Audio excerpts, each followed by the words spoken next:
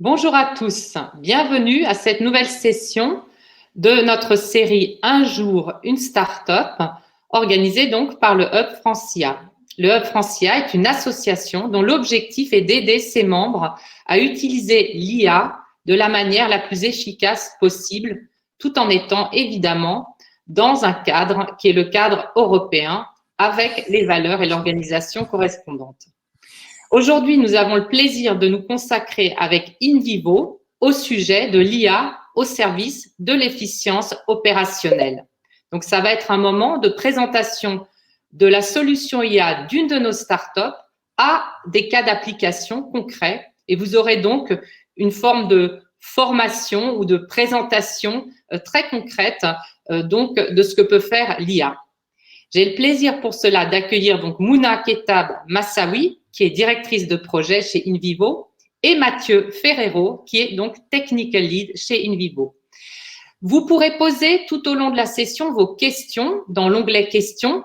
Mouna et Mathieu les prendront au fur et à mesure, mais on pourra aussi prévoir un moment dédié à la fin de leur présentation. Et je vous invite aussi à la fin du webinaire à remplir l'onglet sondage pour nous faire un retour sur cette session. Voilà, sans plus tarder, je passe donc la parole à nos deux orateurs. Très bonne session. Bonjour à tous et merci Gaëlle de nous inviter à ce webinaire, ainsi que merci aussi à Francia. Comme vous l'avez évoqué Gaëlle, nous allons parler des technologies de l'IA conversationnelle appliquées à des cas d'usage orientés service management IT et plus particulièrement dans les procédures de résolution d'incidents. Je vais partager l'écran. Hop.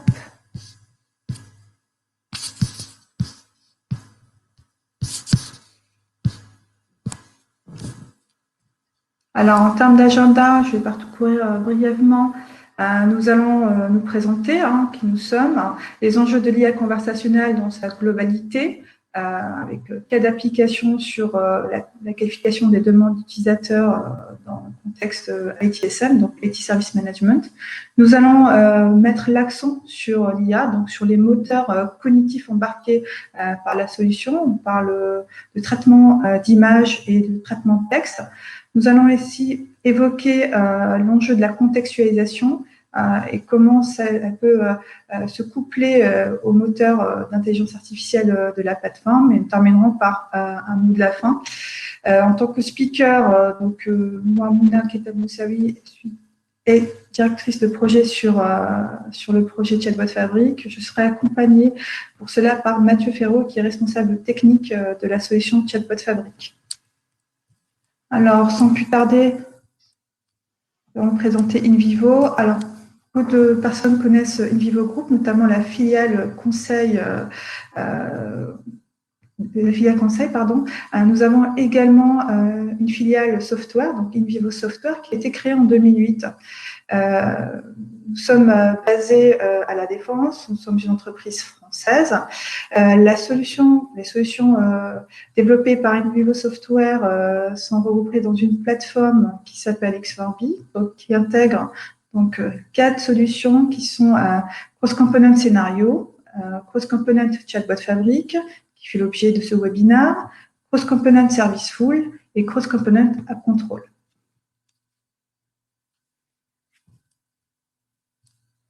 Nous allons parler maintenant des enjeux de l'IA conversationnelle.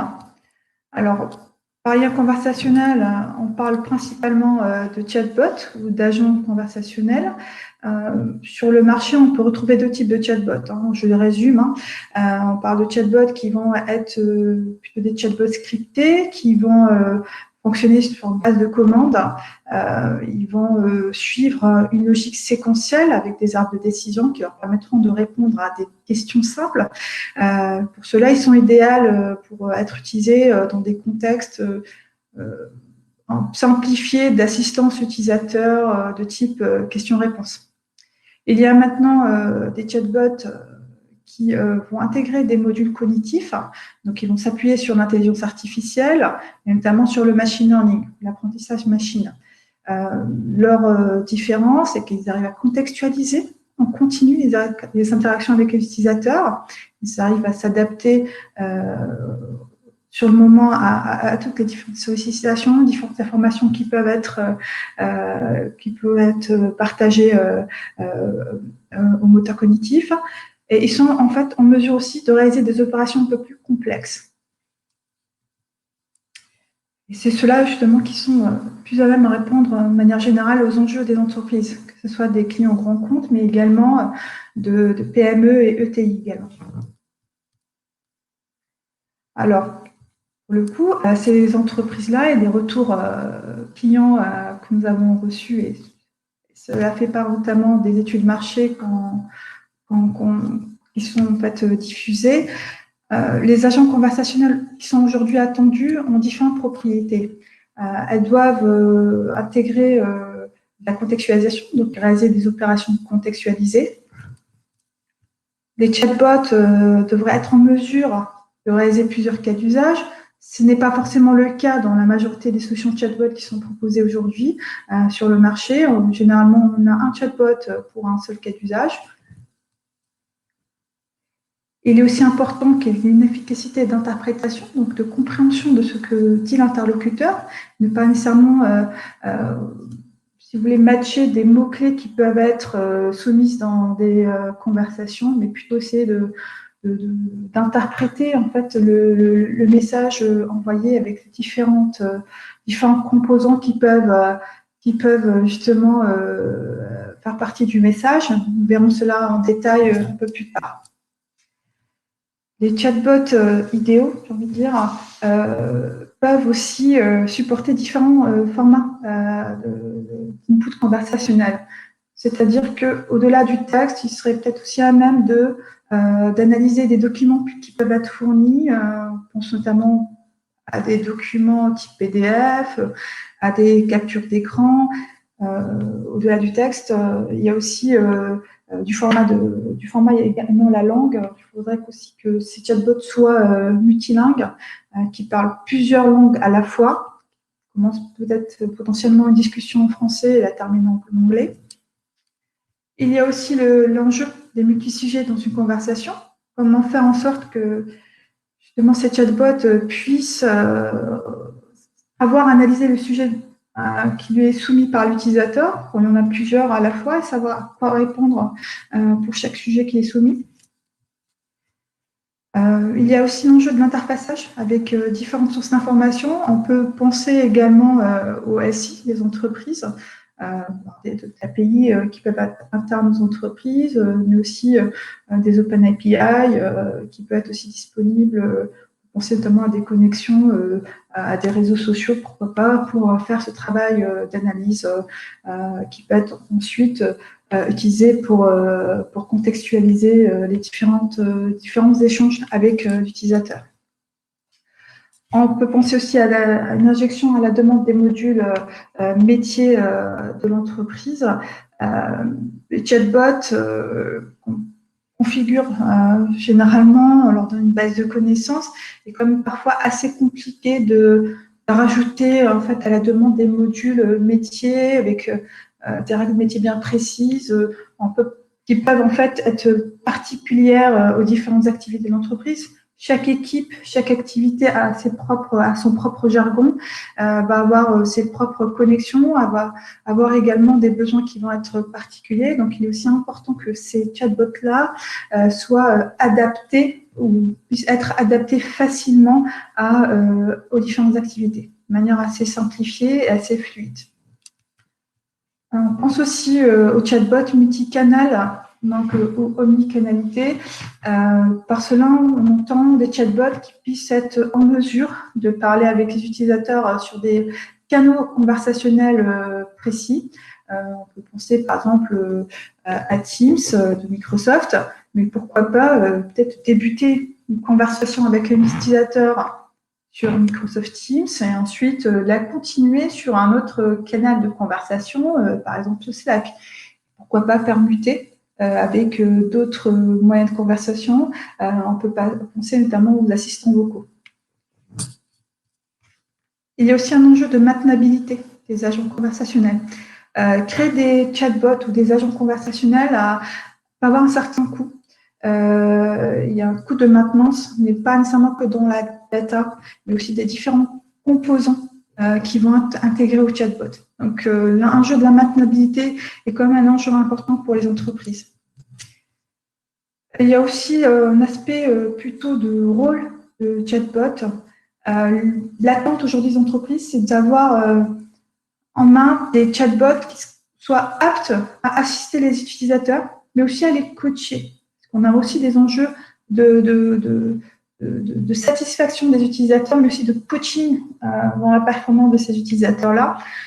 Donc avoir des assistants capables d'avoir un rôle de coach qui sollicite directement ou notifie directement les différents utilisateurs en plus de la portée assistante, c'est-à-dire que quand l'utilisateur souhaite leur parler, ils seront disponibles, est aussi important aujourd'hui. Il y a aussi un enjeu sur la prise en compte des informations passées. Ça fait aussi partie d'un élément UX/UI. C'est toujours plus agréable de parler à un chatbot qui a déjà intégré des informations qui lui ont été communiquées auparavant. On peut penser à des préférences utilisateurs, mais pourquoi pas, si on parle de site e-commerce, de parcours navigationnel passé, on peut penser aussi à d'autres types d'informations, notamment si on intègre du chatbot pour des activités de CE, par exemple du comité d'entreprise, que chatbot soit en mesure, par exemple, de se rappeler que cette personne-là a assisté à un événement particulier. Alors, on a bien une liste qui peut être beaucoup plus enrichie de ce qui est attendu des chatbots, mais ça a quand même un coût d'un point de vue intelligence artificielle. Cela implique que l'IA puisse être en mesure de gérer différents types d'entités à la fois. Nous allons parcourir cela un peu plus en détail, quels sont les différents types d'entités supportées. Qu'elle soit aussi en mesure de gérer plusieurs intentions dans un message envoyé par l'utilisateur. Qu'elle soit apte aussi de traiter de l'image, des documents, en plus du texte classique, donc du NLP. Qu'elle puisse aussi avoir cette propriété de gestion naturelle de plusieurs fils de conversation à la fois, de plusieurs sujets dans une même conversation. Que les modèles soient aussi auto-calibrés. Ça aussi, c'est une propriété qui est importante. Hein. Ça rejoint un peu aussi l'enjeu de la maintenance, de la maintenabilité des modèles. Il y a aussi un point important qui est de générer des pipelines, que ce soit pour la partie ML image, donc le traitement de l'image ou du ML language, qui soit pertinente et qui permettrait aussi, pourquoi pas, de composer et d'assembler les différents résultats qui auraient été utilisés par les algorithmes. Donc, l'intérêt étant de proposer différents algorithmes qui permettront de faire de l'IA, mais aussi peut-être d'en scorer certains un peu plus que d'autres par rapport à différents éléments qui pourraient être soumis. Il y a aussi l'enjeu de la contextualisation, comment on arrive à contextualiser le message et les opérations envoyées à l'utilisateur.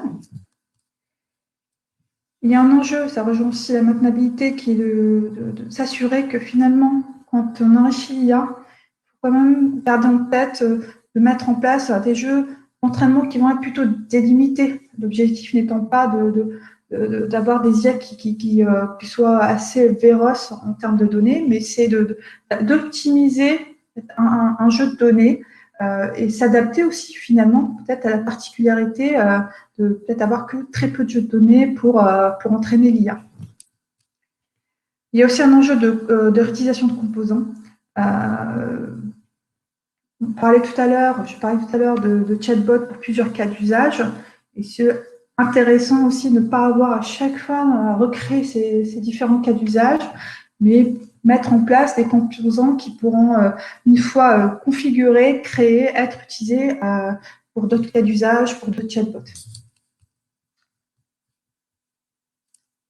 Nous avons évoqué tout à l'heure, et c'est l'objet de ce webinaire, un cas d'application qui est autour de l'IOPS. Donc, on va parler plutôt du rôle des chatbots. Donc, je vais parcourir cette partie-là assez rapidement. Dans l'IOPS, c'est quoi? L'IOPS, c'est l'IA au service des opérations informatiques. L'objectif étant de simplifier et d'automatiser un maximum le travail des opérations informatiques. Et il y a différents enjeux pour les entreprises, que ce soit des petites ou plus grandes entreprises. Il y a un enjeu d'utilisation de chatbot qui va être plutôt orienté sur proposer une approche qui resterait personnalisée dans la résolution d'incidents utilisateurs. Les chatbots peuvent aussi avoir un enjeu dans la diminution de temps de traitement et encourager l'autorisation d'incidents. Par autorésolution, on entend par accompagner l'utilisateur final à essayer de trouver lui-même des solutions à son problème. On parle souvent, par exemple, de mots de passe oubliés ou d'oubli aussi d'informations qui peut être récupérées de bases de données, etc. Il y a aussi un enjeu qui va être, plutôt que d'assister l'utilisateur comme un utilisateur client, mais plutôt assister et coacher les équipes support. Alors, fournir des assistants qui vont être là pour accompagner les différentes équipes support, leur fournir différentes informations et notifier lors d'événements informatiques au bon moment, rapidement.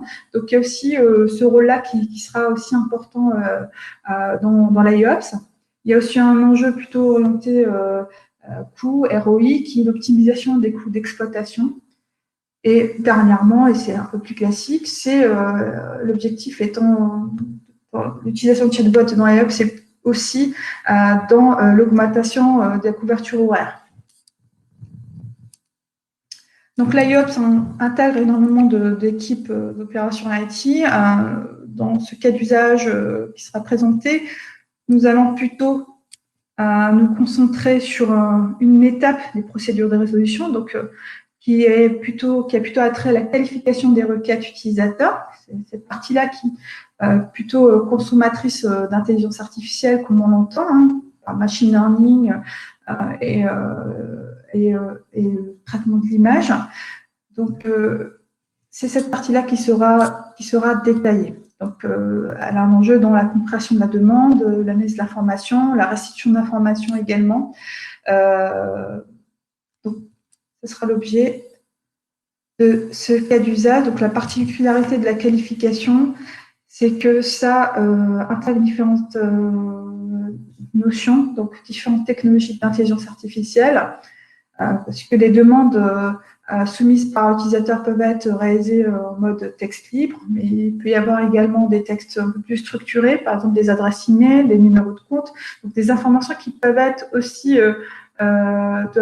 interprétées. On parle par exemple, je vous donne un exemple sur des numéros de carte bleue. Si une personne, donc c'est vraiment c'est pas nécessairement un exemple qui arrive, mais imaginons qu'une personne soumet une carte bleue et si on souhaite par exemple savoir si c'est une carte Visa, Mastercard, il faut aussi être en mesure d'interpréter en fait l'information qui est soumise. L'information peut être soumise sous forme de formulaire également. Les demandes ou les incidents dans le travail de qualification, ces informations-là peuvent être soumises sous forme de capture d'écran, de scan et de documents également. Donc, nous allons vous montrer, et je vais passer la main à Mathieu, un peu plus de détails sur les moteurs d'intelligence artificielle. Et nous allons détailler la partie ML Language et ML. Merci Mouna. Rien, je partage. C'est bon ? Ouais, je vais partager. Alors, hop.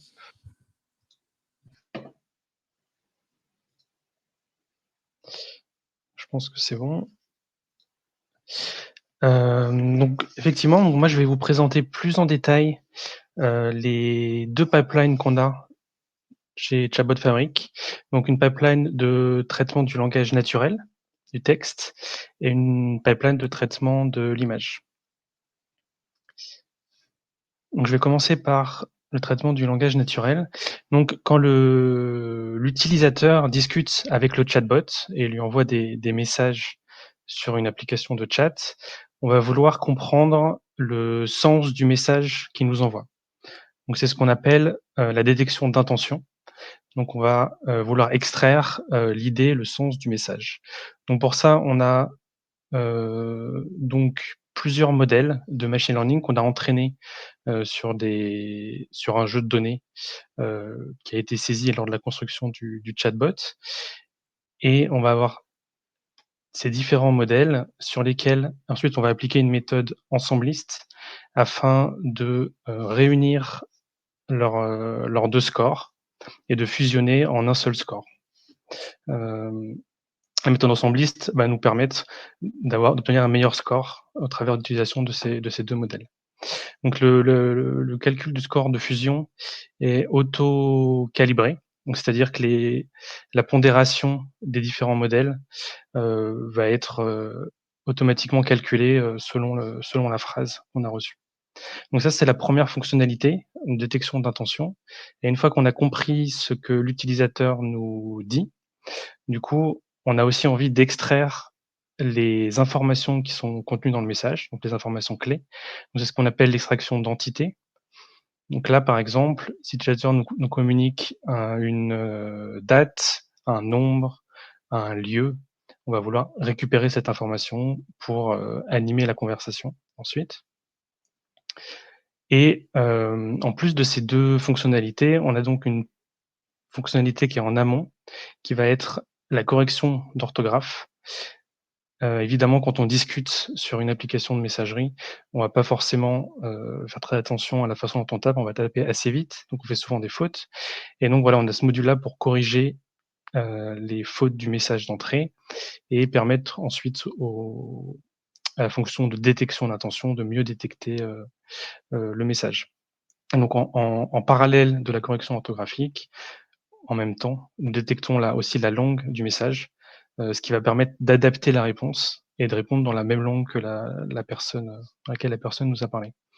Voilà pour la présentation théorique, on va dire. Je vais vous montrer un exemple un peu plus concret pour le rendre plus clair. Donc là, on a un exemple de message envoyé par l'utilisateur. Donc on voit qu'il y a plusieurs fautes d'orthographe dans le message. Donc avec la première fonction, donc on va corriger ces fautes-là. Et on va également détecter la langue en même temps.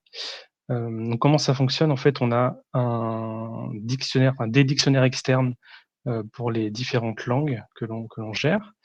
Donc c'est un langue avec tous les mots de la langue en question, avec des fréquences sur à quel point un mot est usé dans cette langue-là, ce qui va permettre de mieux affiner la correction. Et ensuite, on a également des dictionnaires tirés du vocabulaire des données d'entraînement du modèle. Et donc, grâce à cet enrichissement, grâce à ce vocabulaire supplémentaire, on va encore plus affiner la correction orthographique. Et donc une fois qu'on a corrigé le message, on va faire la détection d'intention. Donc c'est-à-dire comprendre le sens du message. Donc là, par exemple, on comprend que l'utilisateur veut signaler un problème sur une application web. Et pour finir, donc on va faire l'extraction d'entités.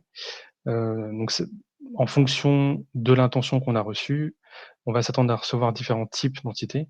Donc par exemple, dans ce cas-là, on va s'attendre à recevoir le nom de l'application web, qui est donc Chatbot Fabric. Et donc on extrait l'entité Chatbot Fabric du message avec différentes informations rattachées. Donc là, j'ai détaillé les types d'entités qu'on pouvait extraire. Donc on va retrouver des entités standards, système qui viennent avec la solution. Donc c'est par exemple les entités nombre, date, devise ou lieu. Et ensuite, on va retrouver 4 autres familles d'entités qui, elles, sont des entités qui peuvent être créées par les utilisateurs qui vont construire le chatbot. Donc les entités synonymes, expressions régulières, composites et multiples. Je ne vais pas les détailler maintenant, mais si vous avez des questions, je pourrais les détailler à la fin de la présentation. Donc voilà pour la pipeline de traitement du langage naturel. Je vais juste vous montrer quelques métriques sur cette pipeline. Donc là, les métriques d'évaluation, elles ont été faites donc sur un jeu d'entraînement de 1000 phrases environ, donc 500 en français, 500 en anglais. Et on a ensuite évalué sur un jeu de test de 2000 messages envoyés en cas réel de discussion avec le chatbot. Donc c'est des nouveaux messages qui n'étaient pas spécialement dans les données d'entraînement. Et donc on a une prédiction, enfin détection de la langue de 98%, détection d'intention de 86%, donc après la fusion évidemment des modèles.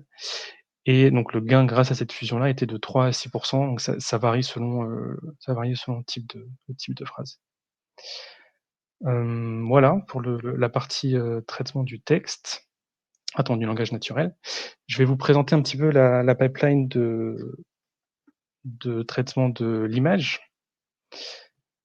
Donc déjà un aperçu de la pipeline.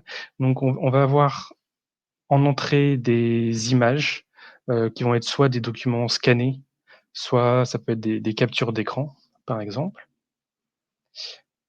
On va avoir une première partie dont le but, ça va être d'extraire tout le texte qu'on trouve dans l'image et de détecter toute la mise en page du texte dans l'image. Donc mise en page, ça veut dire trouver les mots, trouver les lignes de texte, les regrouper en paragraphes. Et donc grâce à cette mise en page, ensuite, on va pouvoir, dans la seconde partie, pouvoir savoir quel type de document on a à faire. Chaque document va avoir une mise en page un petit peu spécifique et pouvoir extraire ensuite les informations clés de ce document. Donc, je vais vous détailler toutes les étapes maintenant.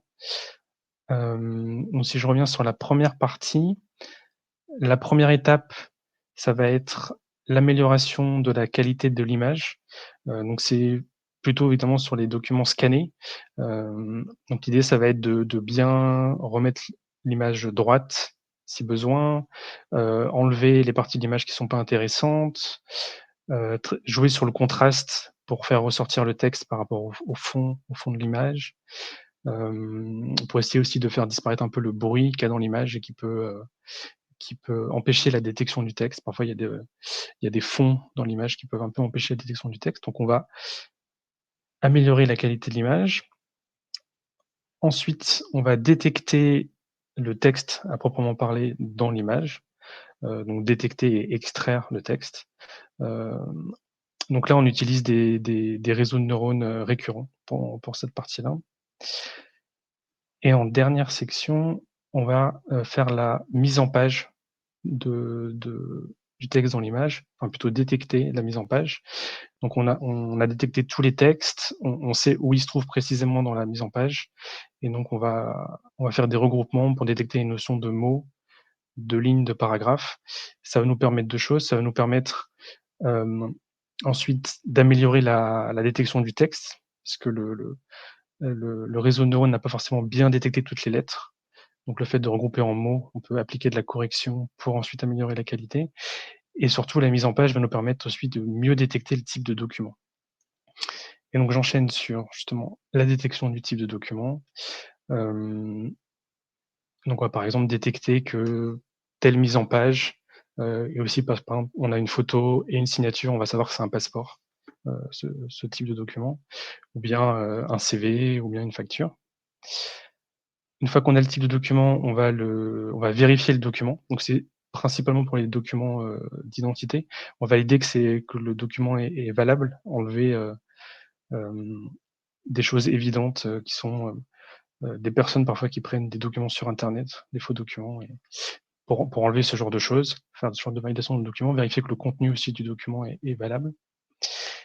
Et la dernière étape, ça va être de faire l'extraction des informations du document. Donc on a extrait tout le texte de l'image, mais au final, il n'y a que quelques informations qui vont nous intéresser dans le document. Voilà, donc pour la présentation globale de la pipeline, je vais vous montrer un exemple concret, ça va être plus parlant.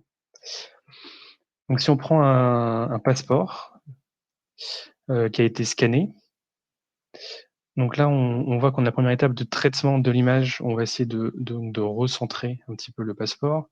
On a joué un petit peu sur les contrastes pour faire ressortir le texte par rapport au fond.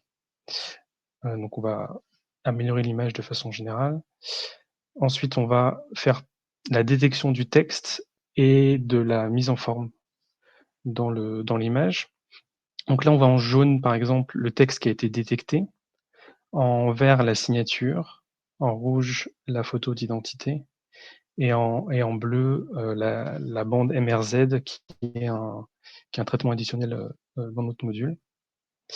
Et donc, une fois qu'on a détecté cette mise en page et le texte, bah, on sait qu'on a affaire à un passeport, on détecte que le type de document est un passeport, et ce qui va nous permettre d'extraire les informations dont on a besoin dans un passeport. Donc on va s'intéresser surtout à la partie évidemment du bas, avec le numéro du passeport, le nom, le prénom, date de naissance, etc. Et toutes les autres informations qui ne nous intéressent pas, bah, on les laisse de côté. Donc voilà pour le passeport. Je vais vous montrer quelques métriques sur la détection de passeport. Donc sur la détection du type de document, on est sur du 95%. On détecte le bon type de document passeport par rapport aux autres types qu'on détecte dans le module. Sur l'extraction des données, on a une précision de 95%, donc une très bonne précision, notamment grâce à la bande MRZ qui nous permet d'avoir les données en fait à 2 endroits dans le document, donc ça permet de bien améliorer la qualité. Et ensuite sur la partie photo d'identité, donc là on est sur du 80-85% si on compare par rapport, si on faisait le contour complet de la photo d'identité. Donc on détecte surtout le visage qui est le principal point intéressant. Donc voilà pour le passeport. Je vais vous montrer un autre type de document pour montrer d'autres extractions. Donc là, on est sur une capture d'écran. On sera plus sur un use case de une personne a un problème pour accéder à une application web. Et donc elle envoie une capture d'écran pour montrer où se situe le problème. Donc on voit sur la deuxième image qu'on extrait tout le texte, enfin qu'on détecte et on va extraire tout le texte du document, dont plusieurs parties de l'écran qui sont pas vraiment pertinents, comme la barre en bas ou la fenêtre qui est cachée derrière en haut. On va quand même réussir donc à détecter le type de document, que c'est une page web, au travers du layout, enfin de la disposition du texte et du contenu du texte. Et comme on sait que c'est une capture d'écran d'une page web, on va extraire les informations pertinentes qui, dans ce use case-là, vont être l'URL, qui est très importante, et éventuellement, s'il y a des messages d'erreur sur la page, on va détecter le type d'erreur qu'on va avoir sur la page. Est-ce que c'est un problème de page qui n'existe pas, d'un problème de la personne n'a pas le droit, des choses comme ça. Je vais vous montrer quelques métriques là-dessus. Donc déjà des métriques un peu génériques sur l'extraction du texte. Donc on détecte 95% des caractères qui sont dans le document, 80% des mots. On considère qu'un mot est mal détecté dès qu'il y a une mauvaise lettre qui est mal détectée. Une métrique sur la précision de détection du type du document.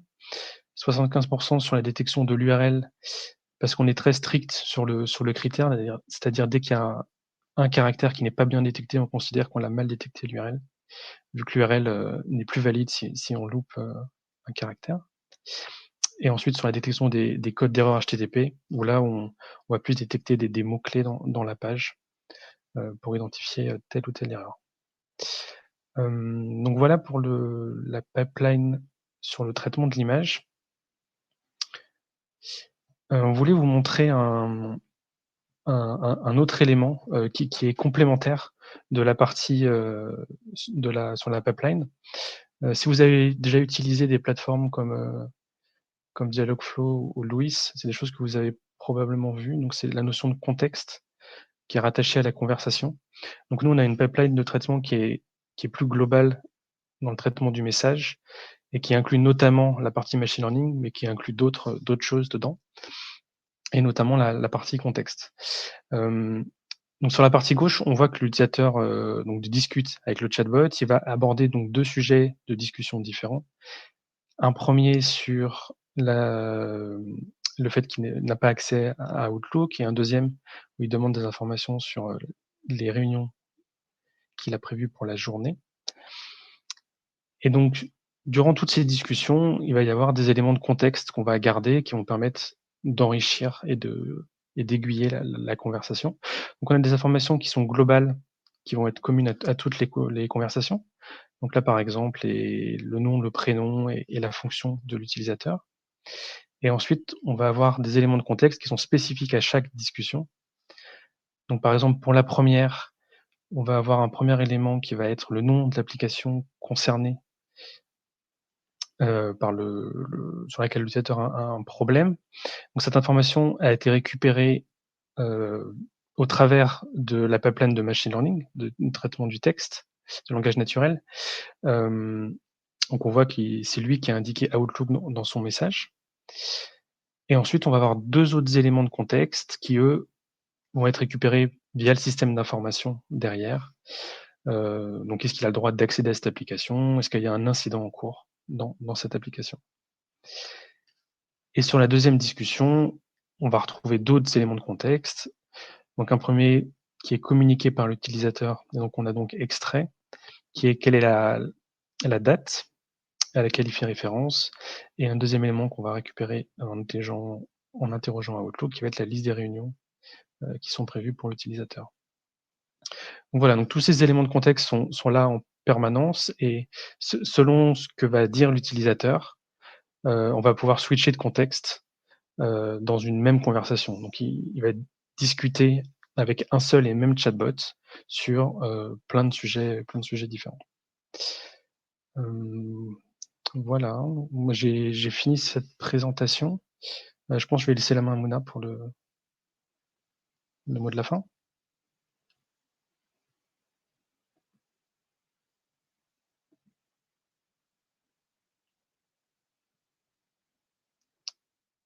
Tu es muté, Mouna.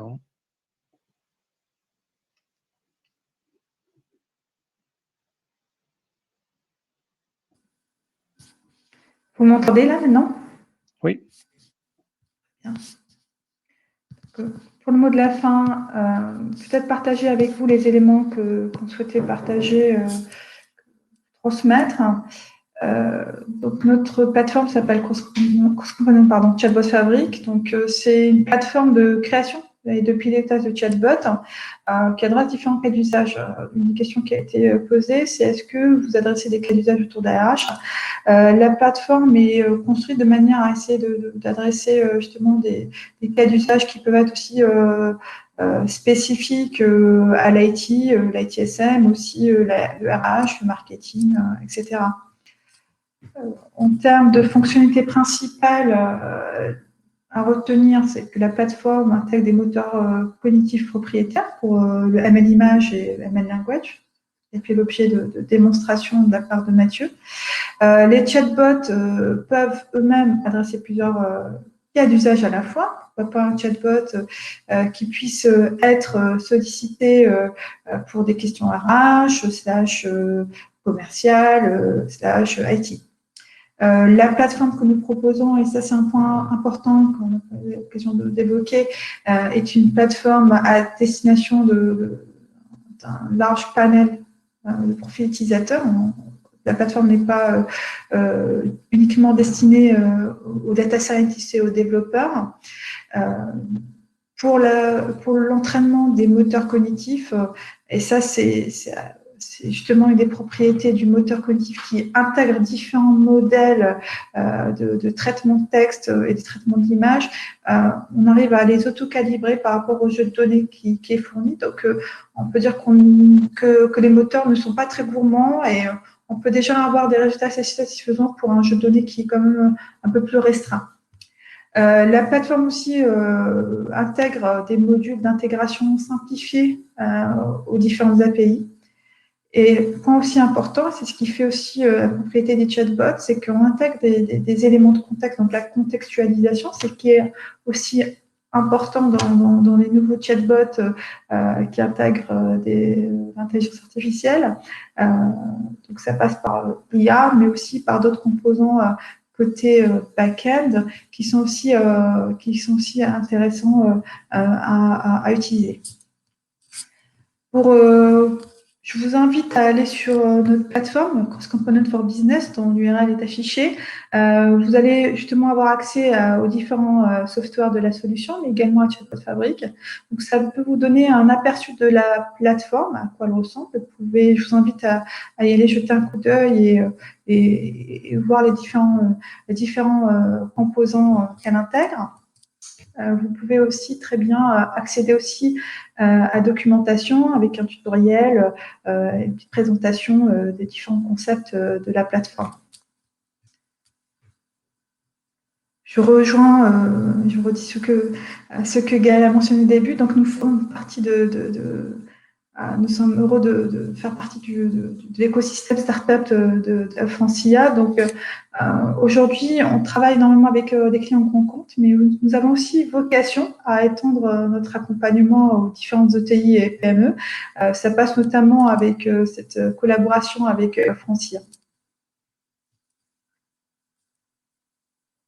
Voilà, je vous remercie tous pour votre participation. Nous allons peut-être d'abord, excusez-moi, revenir aux questions que je pense qu'on n'a pas nécessairement répondu à toutes les questions, mais les partager avec vous.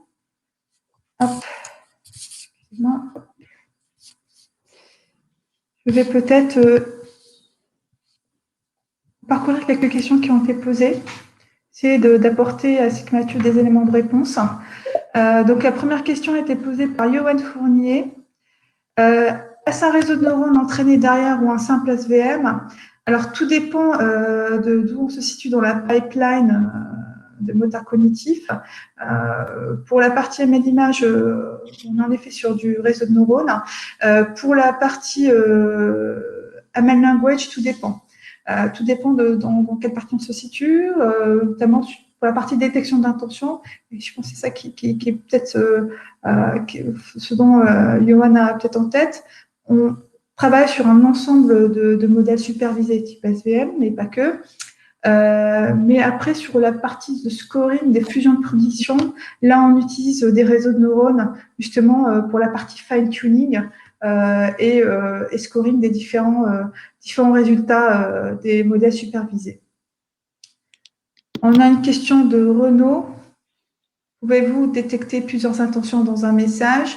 Alors, le moteur ML image permet de détecter avec un seuil assez satisfaisant jusqu'à 3 intentions dans un message. Nous travaillons à étendre en fait les performances qu'on a qui sont assez satisfaisantes à plus d'intentions. Mais dans le cas de figure, je pense que déjà 3 intentions dans un message, c'est déjà pas mal. On a rarement eu l'occasion de voir différentes intentions, enfin un peu plus d'intentions dans un même message. Johan pose la question, je te laisse Mathieu répondre. Comment avez-vous construit vos datasets d'entraînement, de validation et de test? On n'a pas montré la plateforme, mais donc nous, en fait, la plateforme c'est une plateforme de création de chatbots. Donc, on a des éléments sur la plateforme pour pour définir les intentions, pour définir le dataset. Après, je connais pas exactement. Peut-être que Connie pourra répondre dans le chat. Mais je connais pas exactement la répartition entre les données d'entraînement, de validation et de test. Mais en tout cas, les jeux de données sont rentrés par la personne qui crée le chatbot sur la plateforme Chatbot Fabric.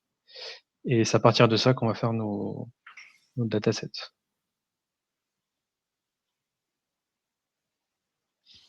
Ensuite, il y avait une autre question de Denis. Pour le traitement de texte, les modèles sont entraînés. Il repose la question je pense que c'est la même question. C'est la même question un petit peu, oui. Donc oui, on a un jeu d'entraînement rentré sur la plateforme. Est-ce que vous utilisez Flaubert ou BERT multilingual? Non, on n'utilise pas ces modules-là, ces solutions. Question de Denis. Et c'est ça, cette question-là, je pense qu'il est un peu plus détaillée que ce qui a été posé tout à l'heure. Pour le traitement de texte, les modèles sont entraînés à partir d'un modèle déjà existant ou alors partez-vous de zéro? Je te laisse répondre, Mathieu. Comme j'ai dit tout à l'heure, en fait, on utilise les données d'entraînement saisies par l'utilisateur dans la plateforme Chabot Fabric. Donc nous, on a apporté un certain nombre de données d'entraînement déjà présentes dans la plateforme que les utilisateurs peuvent, s'ils souhaitent, utiliser. C'est plutôt des small talk, juste des questions-réponses avec le chatbot. Donc, on peut utiliser ça. Ça peut être il y a déjà des données, je veux dire, s'ils veulent les utiliser. Mais en général, c'est eux qui utilisent leurs propres données pour faire l'entraînement du modèle. Alors, on a une question de Renaud. Utilisez-vous des composants existants pour l'extraction de texte? Je peux y répondre si tu le souhaites, Mathieu. Nous utilisons des modèles d'extraction d'entités type Name Entity Recognition, donc les NER, les champs aléatoires conditionnels, donc les fameux CRF, ainsi que d'autres. Mais nous travaillons aussi, parce que, comme l'a évoqué Mathieu, nous avons différents types d'entités. Donc, il y a des entités qui vont être un peu plus particulières, sur lesquelles nous avons travaillé sur des algorithmes propriétaires en fait qui permettent d'extraire ces informations-là. Il y a aussi un module qui va plutôt être sur qui va plutôt traiter d'extraction d'informations qui vont être facilement extractables avec des alors je perds le terme avec des expressions régulières. Voilà. Donc, il y a vraiment une combinaison de composants qui permettent de réaliser différents types d'extraction suivant les types d'informations qu'on souhaite extraire. Bien évidemment, elles sont adaptées aux différentes langues supportées. Alors, aujourd'hui, nous supportons, je n'ai pas évoqué, le français et l'anglais. Donc, ces modèles-là arrivent avec des taux assez satisfaisants à permettre ce type d'extraction. Alors, nous avons une autre question de Renaud. La détection du type de document est-elle supervisée ou non supervisée? Mathieu, je te laisse répondre. C'est pas du machine learning en soi, la détection du type de document. En fait, on a la partie extraction du texte, qui est donc un réseau de neurones récurrent. On a la partie, ensuite, on va détecter la mise en page du document. Donc, à partir, quand on a extrait le texte, on sait exactement où il était. On a des algorithmes ensuite pour calculer la mise en page du document. Et ensuite, on est plus sur des fonctions qui vont dépendre des types de documents. On va s'attendre à avoir des mises en page spécifiques. On n'est pas sur du machine learning pur sur cette partie-là, sur le type. On se base sur le résultat du réseau de neurones. Alors, on a une question de Camille. Avez-vous un ou des exemples de cas d'usage d'utilisation de votre technologie dans le milieu RH?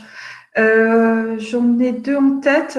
Un qui est plutôt autour qui est plutôt orienté réponse aux questions admin qui sont posées. Si une personne souhaite, par exemple, savoir combien il lui reste quels sont ses droits en termes de congés ou en termes de formation, mais il y a aussi des cas d'usage autour de la conduite du changement, gestion de crise, notamment en temps de Covid.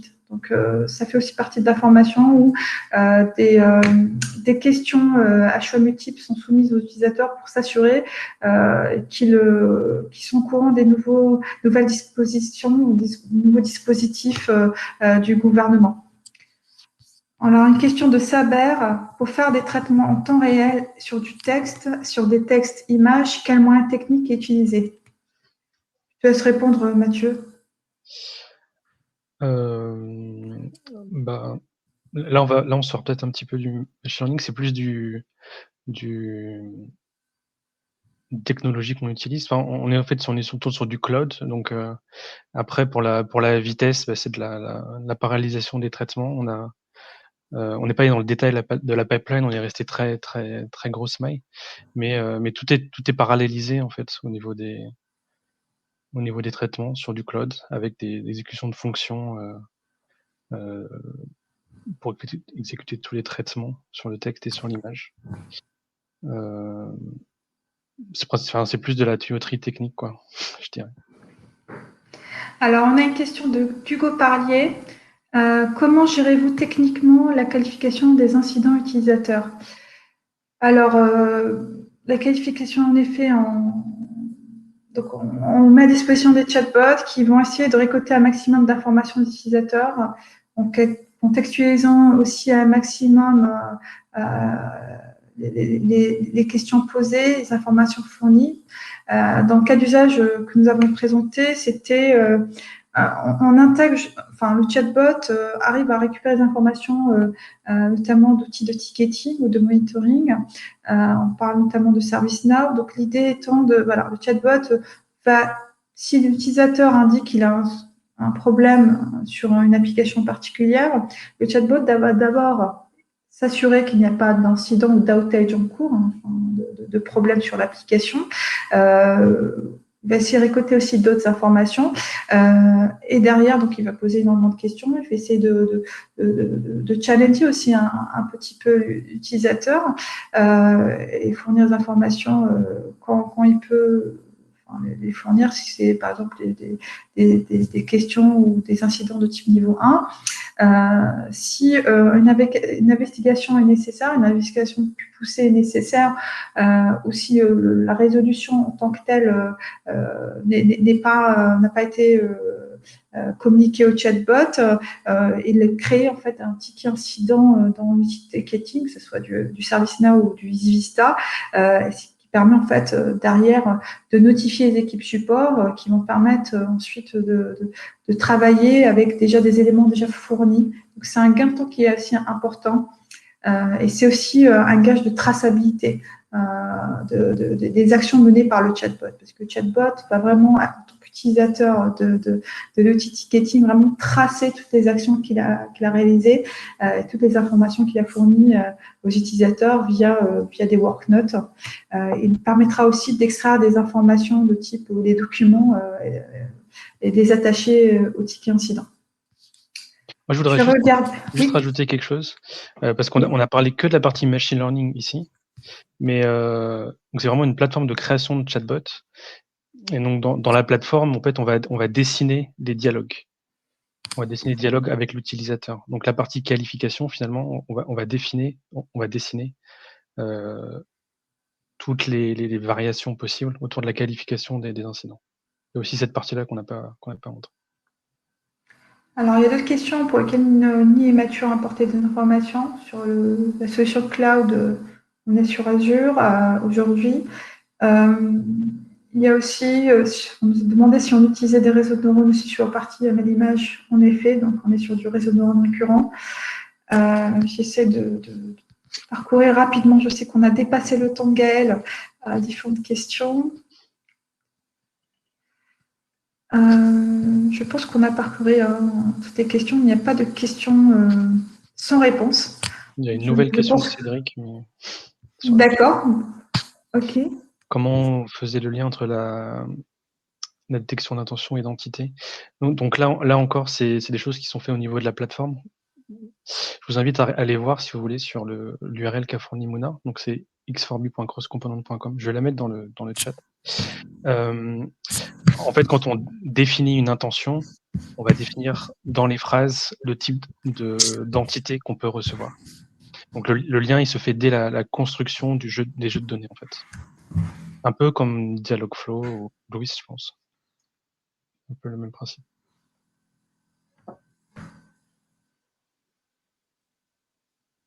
Très bien. Pas d'autres questions. Je pense que on a fait le tour. On a essayé de répondre au maximum de questions dans le temps imparti. Donc, moi, j'ai envie de remercier tous les participants et merci Mathieu et merci Gaël pour l'invitation à ce webinaire. Peut-être un dernier mot de la fin. Si des personnes souhaitent continuer la discussion ou souhaitent en savoir un peu plus, ils peuvent très bien nous contacter. Donc, je vais repartager l'écran. Pas forcément. Je vais rappeler l'adresse email.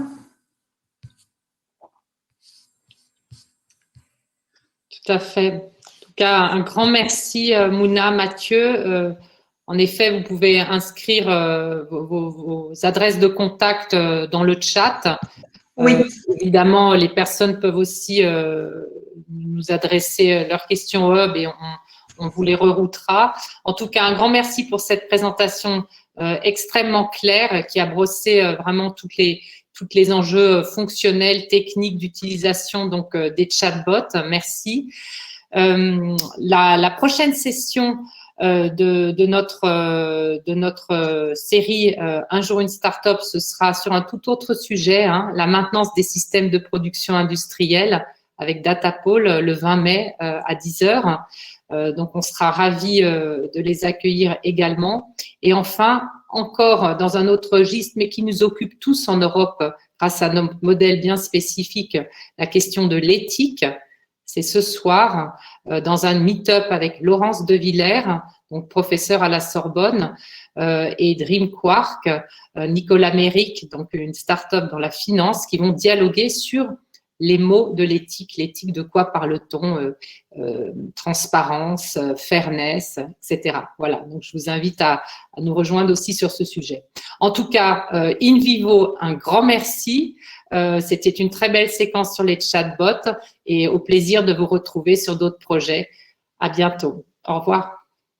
Merci.